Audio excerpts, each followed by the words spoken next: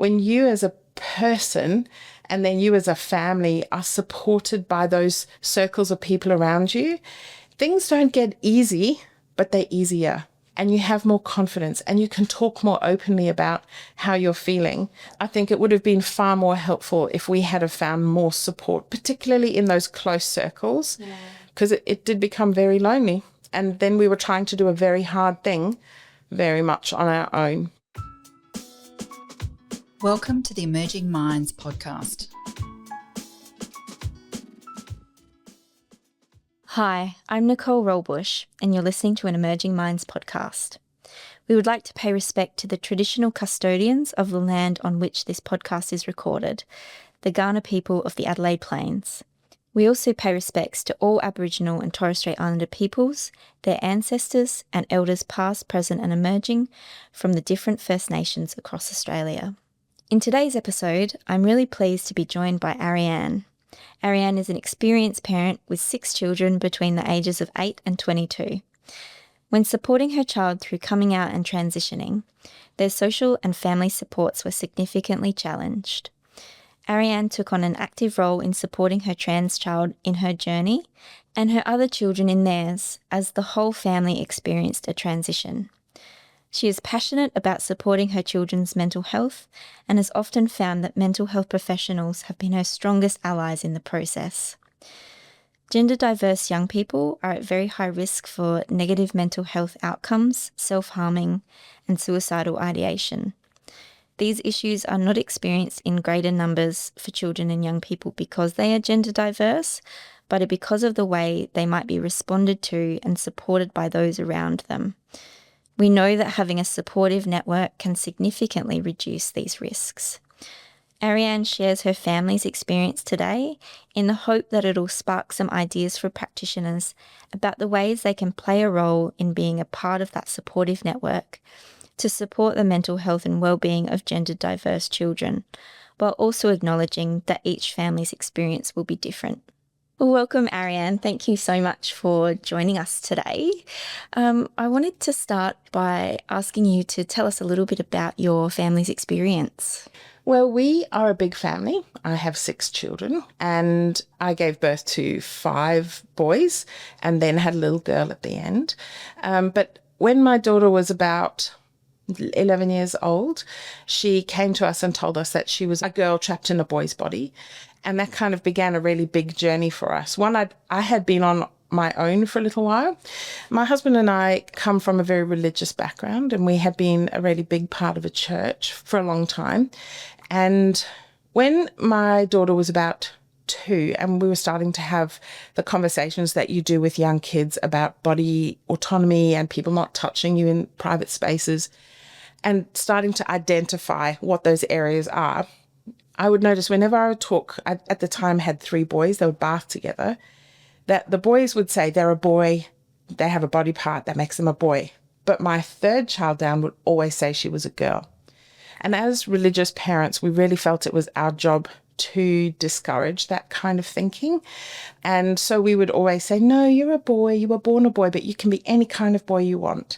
Little understanding that we were going to create a lot of internal conflict for this child. So when she eventually came to us when she was 11 and said that she was really a girl trapped in a boy's body, a lot of pennies started to drop. A lot of things started to make sense about why she behaved the way she did and also about why she was so incredibly frustrated and sad. And for us, the next sort of 5-6 years was a very challenging time of questioning our beliefs and coming to the place where we could love, accept and support our child in the journey she needed to find her own mental health. Yeah, and you mentioned before about your daughter being 11 years old, and I was just thinking about what younger preteen children might be up against when they're sort of exploring their gender.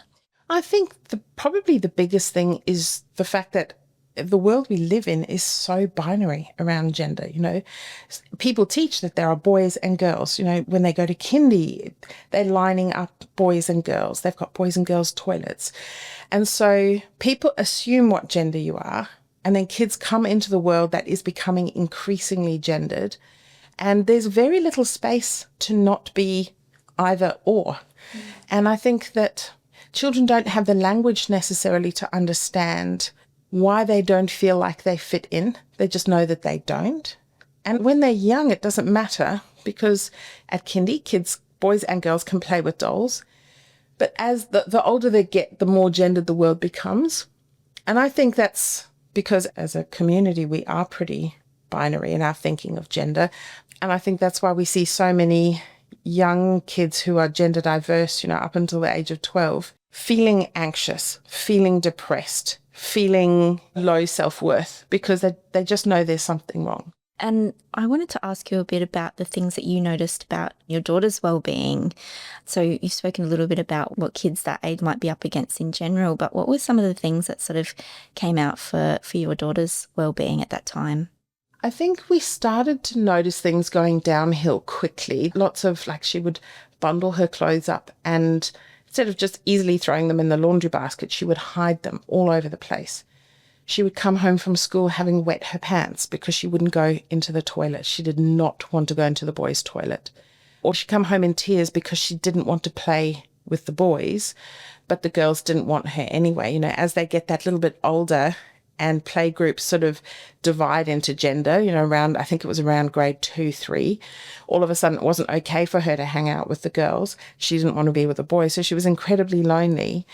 And kids started noticing that she always wanted to be a female character, that she always wanted to wear dress-ups or something that made her look like she had long hair, and they started teasing her for it. So the bullying increased dramatically. And the kids were pretty cruel. I think it's interesting to me that it was a schoolmate who recognised first that something was going on in terms of her gender and said, "Oh, you just want to be a girl, you should just kill yourself." It was just such a nasty thing to say. To put those two things together for a 10 or 11-year-old, it was awful. But her mental health was deteriorating very quickly. And when she was upset about any mistake she had made or not being able to do something like a really difficult maths homework or something, her self-talk was all about, "I'm a horrible person. I'm so stupid. I'm just a stupid boy. I wish I could die." And that kind of red flag about her thinking about not being here and knowing that she had had a classmate threaten that. I was looking at a very, very depressed child. And when she had told us, that didn't go away overnight. It was a long process. It really has been about a 6-year battle to help her through that. And when she transitioned, our whole family transitioned. It wasn't just her, everybody around her had to change as well. And it was a difficult time. I think people have a very romanticized or fantasized idea of what it's like to have a trans kid. And it's actually it's about helping your child make peace with themselves like any other kid, a kid who's struggling to make sense of themselves in the world and who needs help to do that. And so what was important to you as a parent to sort of be doing to support your daughter during that time? The most important one was that I just needed to believe her. She deserved to be believed. And I think not questioning, I don't mean not asking questions of her, but trusting that what she was telling me was the truth, listening to what she was telling me, paying attention to what she was telling me, being curious about why she felt that way, and then getting help. I think that the best thing that we did was find a team of people, a psychologist, our GP, people who could help us to help her through the process of working out what was going on inside of her. And it took a while. It took a while to find out what was going to work for her. But yeah, I think as a parent, listening, supporting, believing, and having her back, letting her know she wasn't in it alone, that we were there, that we were listening to her, and that we would help her. I think that was the thing that saved her in the end, knowing that she could talk about it. And it was tough. Statistically, we know that about 50% of all trans young people attempt suicide. When they have a supportive family, that statistic is rapidly decreased, even to lower than kids in the average population. So just knowing they have a supportive family around them is a big, big help. It was also about transitioning all the kids, helping all of the other kids to understand what was going on and getting them to a place where they were confident and happy and comfortable. So we had this fantastic supportive environment for her at home. I think that gave her a safe place to come home to. So she'd be at school. It was hard. It was rough. She was being bullied, but she could always come home to a safe place. She could always come home and put on what made her comfortable. And then we worked through that until the point where we were ready for her to socially transition and grow from there. Yeah, we've spoken about that support network before, and also those external influences over a child and those concentric circles around the child. Can you speak a little bit more about environmental factors and sort of how they impacted your daughter and your family as a whole as well? Yeah. The child is always the most important. So they're sort of the center of the circle. And then you've got their biological family or the family that they live with as that next circle, then, extended family, then school community or church community. And those circles sort of go out. Obviously, at the beginning, it's a very vulnerable position to be in. Your child is expressing something that's very personal to them and they feel very vulnerable. And you as a family feel very vulnerable. So there was a long time we kept that information just to ourselves so that we could work through it and so that we could feel strong and confident and know that she was able to handle other people's responses, because people have opinions and they have ideas. And so the first circle we sort of moved into was to begin to tell family, and it didn't go well. There were some really supportive family members. I'm very, very grateful for them. But there were people who disagreed with our decision to support our child. And the problem with that is it adds pressure to an already pressured situation. So then you've got this going on and you're trying to support your child's mental health and their physical health. And now you've got family conflict that you have to navigate. And the sad thing about it is the child can so easily feel it's their fault. They take it on board. So it just adds an ugly layer of pressure. One of the things my daughter, when I was telling her what the questions were that we were going to talk about today, one of the things she said is, it's so hard to constantly have to prove yourself to everybody. Nobody has ever asked me to prove that I'm a female. Nobody has ever asked me if I know what I'm doing when I choose the earrings that I put on or the way I wear my hair. And yet at every point of her life, people have expected her to prove that she's a girl. On the other hand, we had some amazing experiences where we went to our school community, and I'd go and have meetings with teachers and and the principal, and they couldn't do enough to support her, couldn't do enough to help her. And to contrast those two things, when you as a person and then you as a family are supported by those circles of people around you, things don't get easy, but they're easier. And you have more confidence and you can talk more openly about how you're feeling. But yeah, I think it would have been far more helpful if we had found more support, particularly in those close circles, because it did become very lonely. And then we were trying to do a very hard thing very much on our own, which was hard. And the losses just kept stacking up. When I look at the bigger scale of it though, and I go, lost friends, lost relationships with family, lost support, lost social outlets. That's a lot. But I look on the other side and I see my child who is thriving, who is an incredible human being. It was all worth it, all of it. I would do it all over again because she's amazing. And I can't ever remember what she was like before, because now she's always just who she is. And you mentioned before about your whole family going through a transition over the years. Can you speak a bit more about that and what that meant for you? Yeah. So there were a lot of people that all needed to be brought in on the journey. The younger kids, interestingly, kind of had already always seen her as a sister, even though she hadn't transitioned, even though we still use male pronouns at home. They sensed that she was a girl. So it was very easy for them. It was just about remembering her name. With the older kids, we needed to support them to understand what it meant because it was a fairly new concept for them. So it was just a lot about education, conversations, and then preparing them to talk to their friends. So if they wanted to have a friend over, obviously we needed to have a conversation because something in the family had changed. Suddenly their younger sibling was wearing dresses. So we needed to prepare them to be able to answer questions. We had to prepare them to be able to handle the criticisms of other people because, 14 is still quite young to have your friend's dad or mum have something to say about one of your siblings.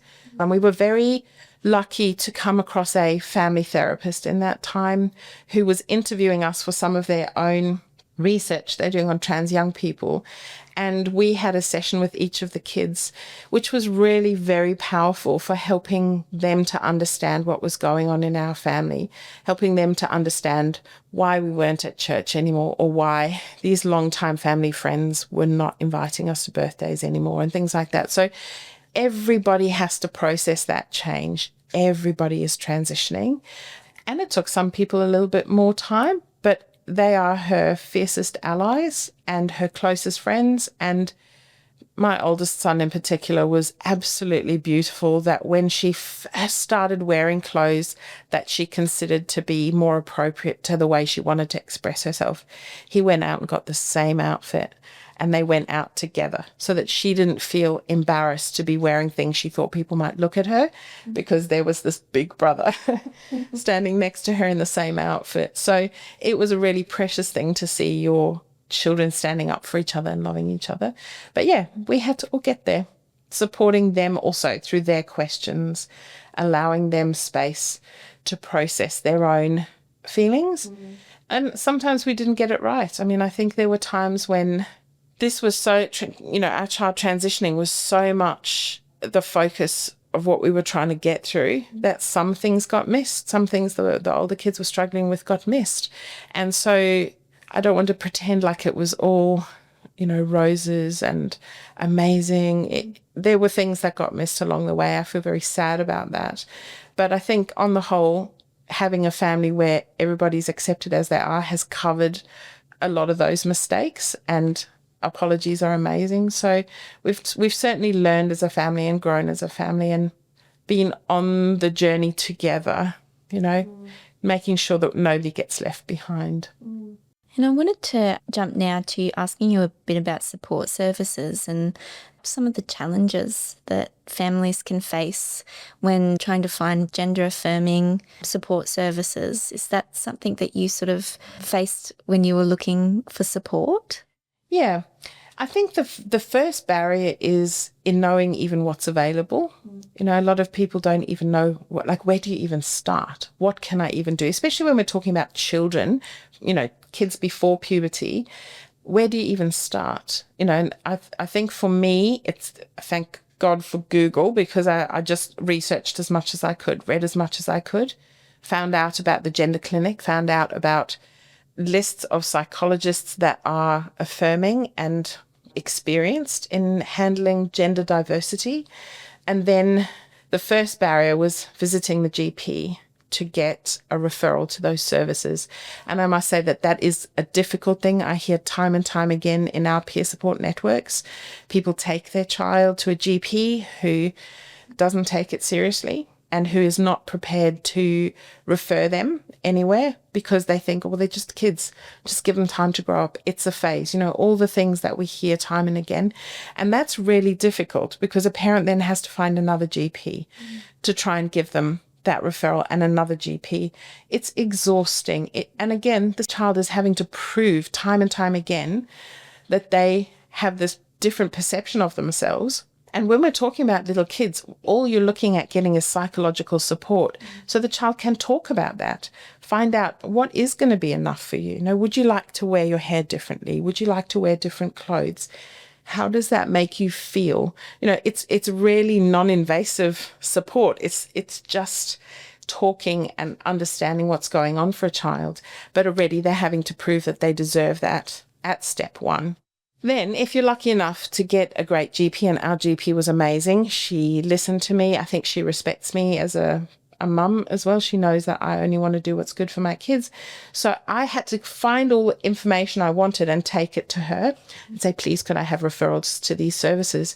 But then the waiting lists are very, very long. Gender-based services are underfunded. So, you're having to access a service that's in high demand, and the wait lists are very long. Even to get into psychologists, the wait lists are long, which is time when nothing is happening to help your child. During that time, the parents are carrying the bulk of the weight, trying to cope with kids who may be distressed or kids who are in a hurry to change and they want to be able to wear the clothes that they want or the uniform to school. They want to join the boys' soccer team or whatever it is. They're in a hurry and the parents are constantly having to juggle that with no support. So it is a really big problem to not have enough services out there. There is a long history of evidence-based peer-reviewed studies that affirming a child's gender is life-saving healthcare. And like I said, when you're talking prepubescent children, you're really talking about support, like talk therapy and support therapy. There's no medical intervention with really young kids. It's only when they hit puberty that those things begin to come into play.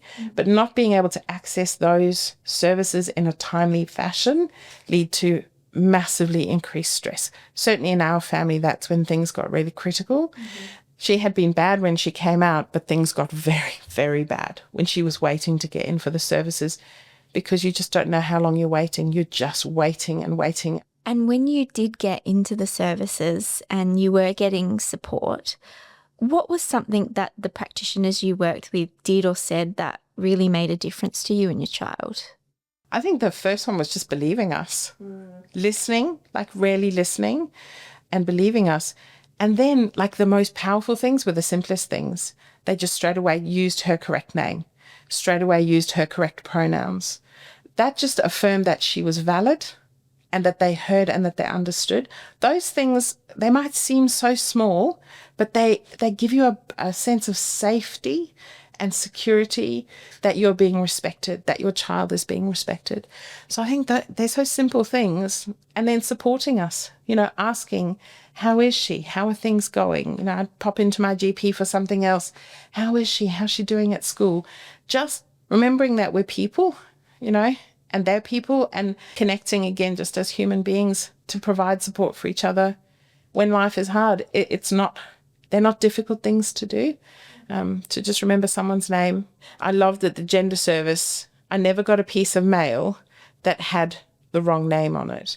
Even if somebody had taken some whited out her old name. So before it was legally changed, we still had to use the other name for Medicare and things like that. But they would white it out and put her correct name in there. That just speaks volumes about how valid and safe you are. I think that's powerful. Simple but powerful. They gave us lots of practical tools, I'd say.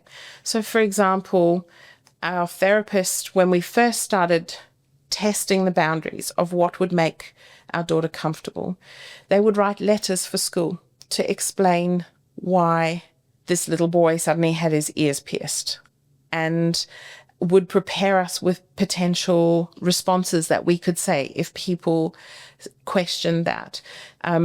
Would write letters to the school talking about why certain contexts might make our child anxious. For example, Water Safety Week, that our child would do better if they could use a private change room, because obviously they wouldn't be welcome in the girls' change room at that point. They couldn't go in the boys' change room either. So please allow this child to use a private cubicle to get changed. Such a small thing, but having a letter from a practitioner that says this is a valid thing goes a long way to making sure that it happens. They did things like give us mood trackers so that we could get her to fill in every day how she felt, so that we could keep track of when her mood was getting worse or when she was struggling. So some practical tools that they had to help us be better parents.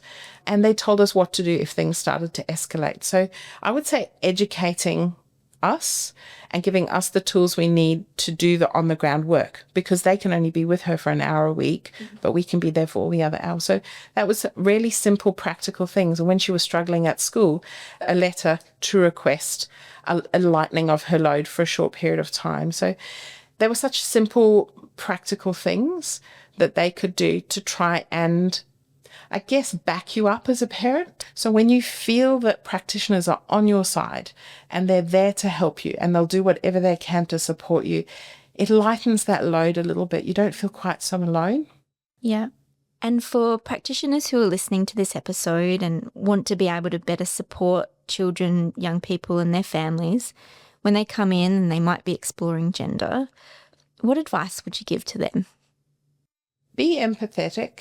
Listen and try to understand. Be curious about what this family is going through. Remember that there is a child and then there is the family around the child, and it's meant to be a partnership. I think parents are raising children and practitioners can help. And parents have got that, parents are with their kids, not 24/7 once they're at school, but they're with them the most. And if you can help the parents, you can also help the child. So I think it's this idea of it takes a village to raise a child. For us, I think when our daughter came out, we lost our village. All of our friends, the majority of our family suddenly it was awkward. They were still there. They were still loving, but it was really awkward. Suddenly we were having to do all of this on our own. And it was just the fact that practitioners recognized that. They asked how everybody was. They cared about the rest of the family, just enough to ask. Simple things like that, I think, go a long, long way. And you mentioned before that your daughter's thriving and it's been a journey, but how's she doing now?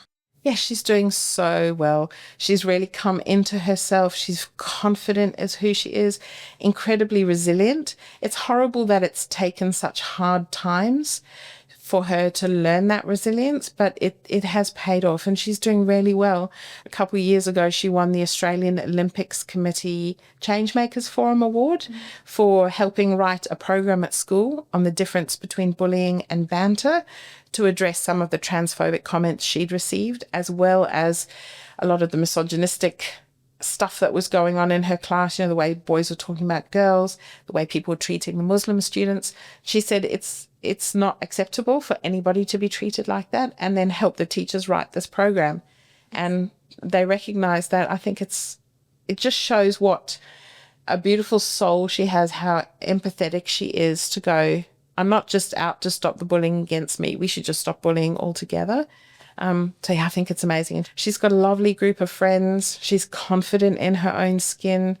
It's a beautiful thing to see. It's really, I often think, I remember sitting on my back porch when she first came out, and I'd ask the older kids to watch the younger kids so I could go cry outside for 15 minutes, into a tea towel, just going, how am I going to keep my kid alive and my marriage together and my children together? How is this ever going to be okay? And I just cry. And I didn't have kind of any hope to hold on to. I didn't know any other trans people. I didn't know any other trans kids. I didn't know if she was going to be okay or not, And I think back now and I go, she is now the picture of hope that I needed back then.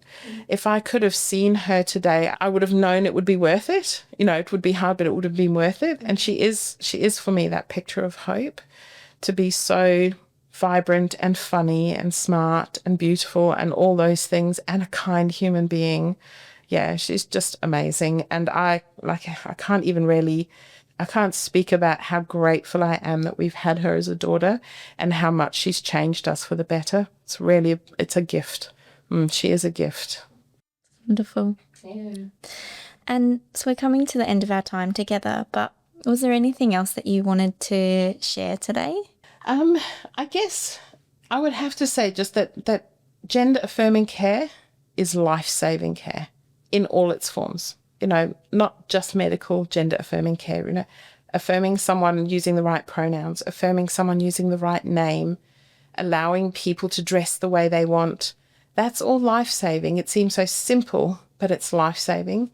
And I guess for practitioners just to say that they are uniquely situated to be able to support young people. They have skills and tools that the average parent on the street doesn't have, and to not be overwhelmed by the new, it might be your first time dealing with a trans young person, but you already have so many skills, and every family you come across will benefit from your support, even if that's just a kind word, even if that's just a referral letter.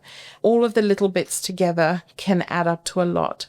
So don't be intimidated to think it's a scary new thing. It is for everybody, but we've all got some tools. We've all got something to bring. And I think together we can make a difference for young people and see this become a conversation we don't need to have anymore, because it's okay for people to be who they are. That's a lovely message to finish on. So thank you so much, Ariane, for joining us. It's been a real pleasure to chat to you. Thank you for having me. Visit our website at emergingminds.com.au to access a range of resources to assist your practice. Brought to you by the National Workforce Centre for Child Mental Health. Led by Emerging Minds, the centre is funded by the Australian Government Department of Health and Aged Care under the National Support for Child and Youth Mental Health Program.